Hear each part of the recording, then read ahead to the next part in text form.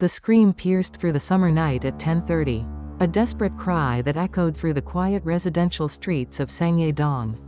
Neighbors stirred in their beds, but did nothing, dismissing it as another domestic quarrel. 3 hours later, flames consumed the two-story house, where Ma Suo-K lived with her 2 young sons.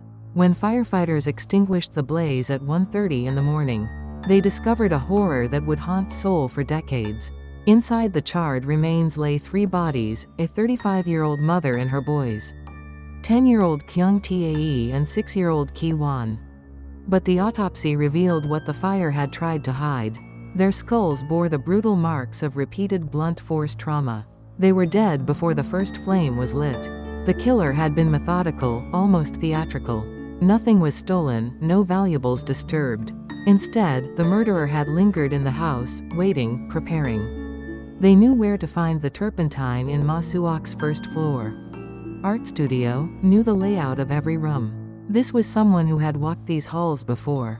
Someone who belonged. Police turned their attention to Ma Suok's youngest sister and her husband, Mr. Nam. Whispers of an affair surfaced, a forbidden relationship that had been simmering beneath the surface of family gatherings.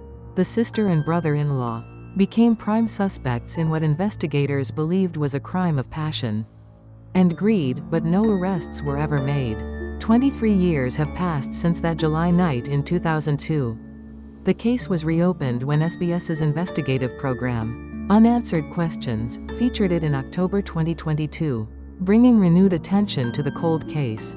Yet the killer remains free, and the charred house on that quiet street stands as a monument to unanswered questions. Somewhere in Seoul, someone knows what happened during those 3 missing hours. Between the scream and the fire, someone knows why a mother and her 2 innocent children had to die. The file sits open on a detective's desk, waiting for the one piece of evidence that will finally bring justice to the family. Destroyed on that summer night. Current status: the case remains unsolved and is classified as a cold case by Seoul Metropolitan Police. Despite the 2022 media attention and public interest, no new arrests have been made.